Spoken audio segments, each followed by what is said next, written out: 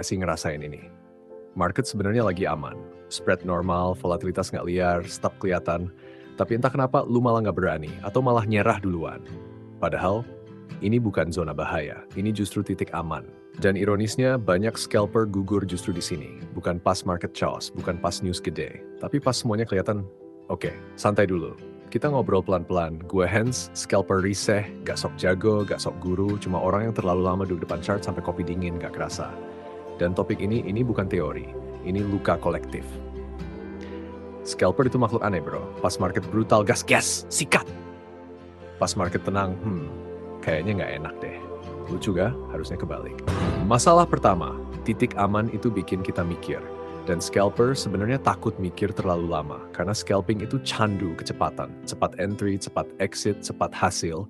Begitu market melambat, otak yang biasanya sprint dipaksa jalan santai. Dan disitulah muncul suara-suara aneh. Ini valid gak ya? Bentar lagi juga fake. Kayaknya nunggu dikit deh. Kok malah takut ya? Bukan marketnya yang berubah itu kepala kita. Masalah kedua, trauma kecil yang numpuk. Ini penting, scalper jarang mati karena satu loss gede. Scalper mati karena luka-luka kecil yang nggak pernah diberesin. Loss kecil tapi sering, win kecil tapi nggak pernah bikin puas. Kejar dikit, keambil balik. Akhirnya otak lu nyimpen file rahasia. Kalau market kelihatan rapi, biasanya gua kejebak. Padahal itu bukan hukum market, itu cuma sejarah pribadi lu. Tapi otak nggak peduli fakta. Otak peduli pengalaman. Makanya di titik aman yang muncul bukan analisa tapi flashback. Masalah ketiga, scalper sering nggak percaya sama profit kecil. Ini penyakit akut. Profit kecil tuh sebenarnya sehat, stabil, konsisten, waras. Tapi buat banyak scalper, profit kecil itu kayak, segini doang, kurang nendang, sayang nggak dimaksimalin. Akhirnya apa? Exit ditunda, TP diubah, risk diotak-atik. Dan titik aman pelan-pelan berubah jadi titik bencana. Bukan karena market berubah, tapi karena keserakahan nyusul belakangan. Masalah keempat, ego diam-diam ikut trading. Ini yang jarang diakuin. Di titik aman sebenarnya setup lu valid, tapi ego lu bisik-bisik. Kalau cuma segini, lu kelihatan cupu nggak sih? Scalper masa targetnya receh.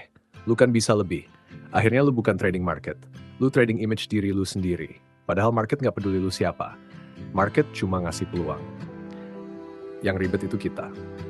Masalah kelima, scalper capek. Tapi nggak sadar kalau capek. Ini bahaya bro, capek fisik kelihatan, capek mental ngumpet. Ciri-cirinya halus. Gampang ragu, gampang malas, gampang nyerah, gampang kesel sama chart.